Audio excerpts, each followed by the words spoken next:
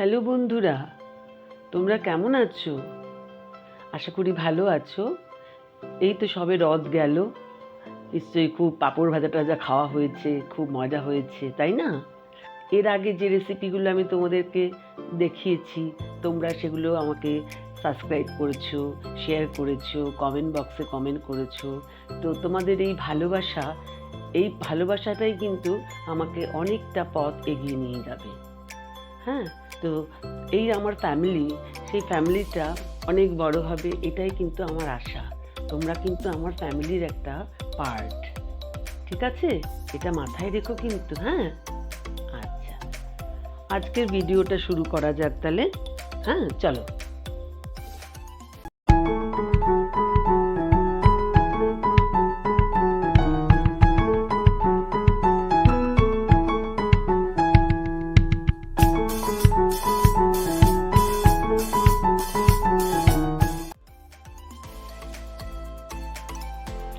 আজকে যেটা তোমরা দেখবে ভিডিওতে, সেটা রেসিপি হলো চানে মশালা। তো বন্ধুরা, প্রথমে আমি 700 গ্রাম মতো আমি চানা নিয়েছি, কাবলি চানা যেটা, সেটা আমি ভালো করে ধুয়ে আমি জল দিয়ে ভিজিয়ে রেখেছি। 1/3 জল আমাদের দিতে হবে। জলটা দিয়ে তার মধ্যে একটু বেকিং পাউডার, একটু বেকিং সোডা, একটু নুন দিয়ে আমি ভিজিয়ে রেখেছি ফার্মান্টেড হওয়ার জন্য। তারপর একটি পাত্রে আমি পেঁয়াজ কুচিয়ে রেখেছি, কাঁচা লঙ্কা কুচিয়ে রেখেছি। তারপর একটা পাত্রে আবার একটু আদা ছাড়িয়ে রেখেছি, রসুন ছাড়িয়ে রেখেছি। হ্যাঁ, তারপরে তোমার একটা পাত্রে আবার একটা মশলা আমি তৈরি করেছি, সেটা আমি দেখাবো যে কিভাবে করেছি। সেটা আমি গ্যাসটা জেলে কড়াই শুকনো করেছি।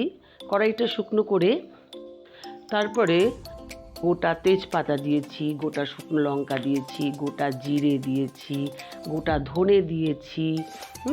এইগুলো দিয়ে তারপরে তোমার দারচিনি, ছোট এলাচ, লবঙ্গ সব দিয়েছি।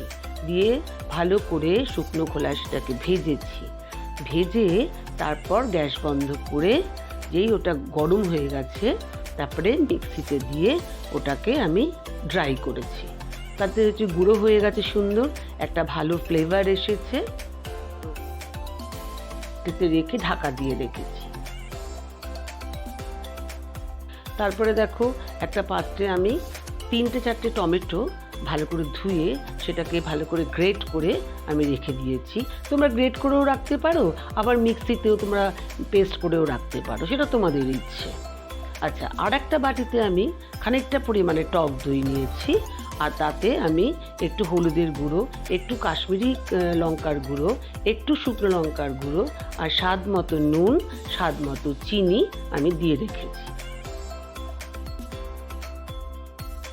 তারপরে বন্ধুরা, আমি যে পাত্রে আমি ওই পেঁয়াজ, আদা, রসুন, টক দই যেগুলো আমি রেখেছি, ওই গুঁড়ো মশলা বাদ দিয়ে যেগুলো আমি রেখেছি, সেইগুলো আমি একটা বড় মিক্সি জারে আমি ঢেলে দিলাম।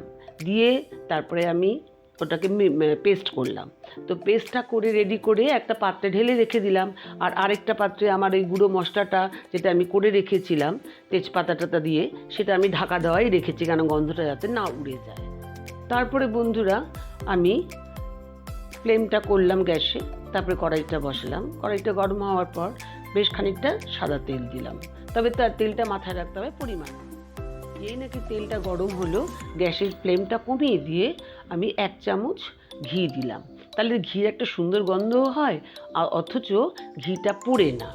হ্যাঁ, তারপরে ভালো করে নেড়ে চেড়ে তারপর আমি দেখো কি দিচ্ছি, শুকনো লঙ্কা যখন লাল হয়ে আসলো, তখন আমি দিচ্ছি ওই যে পেস্টটা বানিয়ে রেখেছিলাম টক দই দিয়ে, সব কিছু দিয়ে, ওই পেস্টটা আমি দিয়ে দিলাম। দিয়ে ভালো করে নাড়বো, কেন ওই যে টক দইয়ের মধ্যে রসুনের গন্ধ আছে, আদার গন্ধ আছে, পেঁয়াজের গন্ধ আছে, সেটাকে ভালোভাবে নাড়তে বেশ অনেকক্ষণ ওই কাঁচা গন্ধটা আমাদের নষ্ট করে দিতে হবে। তারপর ধনের গুঁড়ো দিলাম, জিরের গুঁড়ো দিলাম, দিয়ে তারপরে ভালো করে ওটাকে নাড়ব। নাড়তে নাড়তে ভালো করে নাড়তে হবে, নেড়ে নেড়ে কালারটাকে আনতে হবে।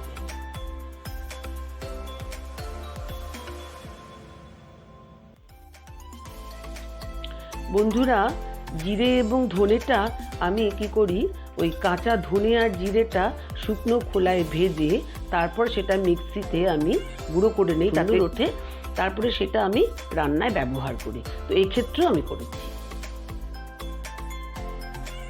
যদি তোমাদের মনে হয় টেস্ট করে যে আরেকটু নুন বা আরেকটু মিষ্টি লাগবে, সেটা স্বাদ মতো তোমরা দিতে পারো, কি ঝাল, সেটা তোমাদের যার যার টেস্ট অনুযায়ী দিলে। দিয়ে ভালো করে নাড়বে, নাড়তে নাড়তে যখন বাবল মতো উঠছে, এই বাবলটা যতক্ষণ উঠবে ততক্ষণ তোমাকে সমান নাড়তে হবে।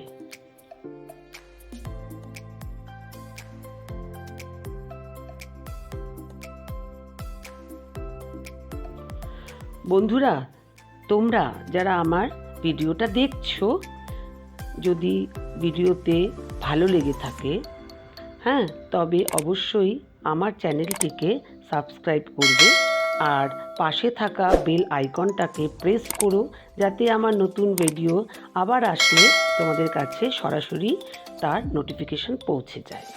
আর আমাকে অনেক অনেক ভালোবেসো, অনেক অনেক সাবস্ক্রাইব করো, হ্যাঁ, তাতে আমার ফ্যামিলিটাও বাড়বে আর তোমাদের সঙ্গে আমরা আমাদেরকে কানেক্ট করতে পারবো। একদম কিন্তু এটা পাঞ্জাবি স্টাইলে, যেটা তোমার চানা হয়, চানা মশালা, সেটা কিন্তু আমি করছি।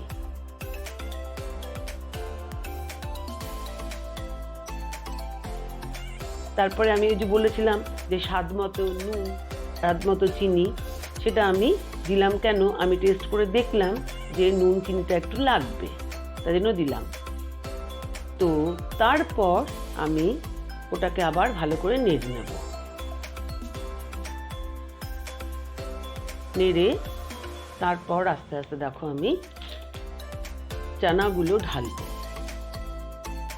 এই যে দেখেছো, এই যে আমি চানাগুলো ঢালছি আস্তে আস্তে, যাতে না ওই ছিটকায় গায়ে, তাই জন্য আস্তে আস্তে চানাগুলোকে গ্রেভির মধ্যে আমি দিয়ে দিলাম। হ্যাঁ, অল্প করে দিলাম, দিয়ে নেড়ে তারপরে আবার বাকিটুকুনি দিয়ে দিলাম। দিয়ে তারপরে ভালো করে আবার নেড়ে তারপরে ফোটাবো রসটা ভেতরে ভালো করে ঢোকার জন্য।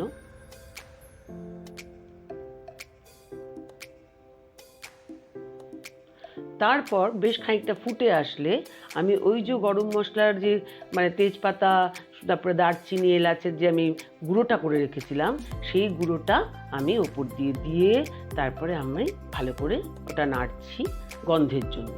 এটা কিন্তু আমাদের মনে রাখতে হবে যে ওটা যখন শুকিয়ে আসবে জলটা, তখন, বেশি আগে আমরা দেব না। তাতে কিন্তু মানে জলের সঙ্গে ফুটলে পরে তার গন্ধটা কিন্তু চলে যাবে, থাকবে না।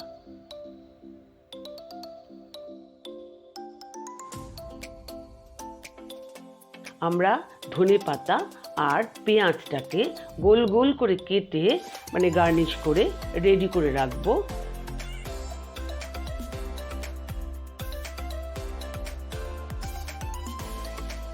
এবার আমি চানাটা বলে ঢেলে ফেলছি। আর আরেকটা কথা বললাম, মাথায় রাখতে হবে আমাদের একটু ঝোল ঝোল অবস্থাটা। আমি যে কেটে রেখেছিলাম অনিয়নটা রিং রিং করে, সেটা ওপর দিয়ে ছড়িয়ে দিলাম, আর ধনে পাতাটাও ভালো করে ধুয়ে কেটে তার উপরে ছড়িয়ে দিলাম ডেকোরেশনের জন্য। এই যে চানাটা, চানা মশালা, এটা তোমরা কিসের সঙ্গে খেতে পারবে?